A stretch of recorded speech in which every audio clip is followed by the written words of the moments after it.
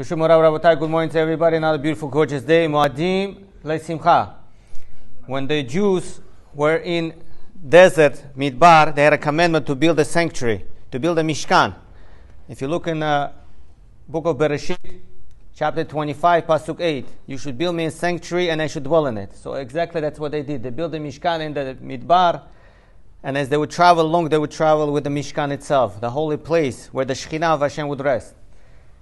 Chachamim give us another example of Mishkan. When you look at the Sukkah, right now we're holding the holy special holiday of Sukkot. You look at the Sukkah, it looks like it's very similar to the Mishkan itself also, a very holy special place. That's why many things that apply in Mishkan also applies to the Sukkah itself.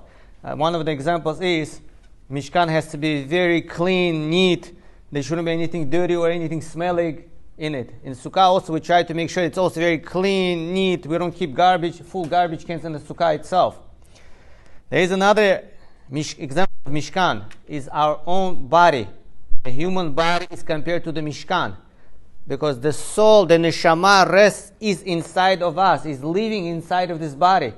Everybody has his own private Mishkan, his own sanctuary, which is your body.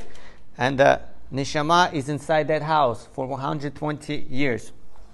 Rabotai, the same halakha applies to our body, since it's also Mishkan, to keep our body clean, keep it pure, to keep it holy. Because this is a resting place for the neshama, a holy soul. And while we're sitting in Sukkot, we do have guests, ushpizin. Abraham, Yitzchak, Yaakov, Yosef, Moshe, Aaron, David.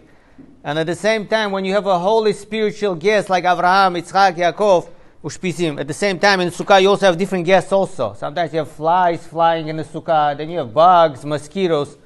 What do we focus on? What do we put our mind on? And the ushpizin, the holy, they came to bless us, to share with us, to glorify, sanctify us, bring more Shekhinah onto us, or we focus on the sitting in the Sukkah the whole time. Oh, there's a bug, or there's a mosquito. It depends what you focus on. The same thing as I give an example, that our body is also a Mishkan. Sukkah is like a Mishkan, holy dwelling. Our body is also holy dwelling. What is inside our Mishkan? What's inside our mind? Do we focus on the Shekhinah of Hashem? Do we focus on the blessings of Hashem? Or we focus on the small flies and bugs, the negative thoughts, the failures in our lives, the negative things, worry, anxiety, panic attack. This is small thing.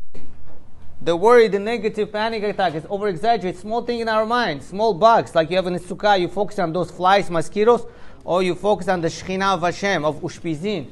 Hashem's blessing is much bigger than those negative things in our life. So let's learn from this lesson that Mishkan that they had in desert, that the holy Sukkah is a Mishkan, that our body is a holy Mishkan also. As we see in the book of Shemot, chapter 25, pasuk 8, keep it holy, keep it clean. The body is a Mishkan. Let's keep our mind clean. Don't focus on negativity. You can't stop your thoughts. Just like you cannot stop your heart from beating, you cannot stop your thoughts. But what you could do is, you could focus more on positivity, on the Shekhinah, on the blessing of the Hashem. Because Hashem's blessing is greater than the negativity and the problems that we go through in our life. Everybody should have a good holiday. Hag Sameach.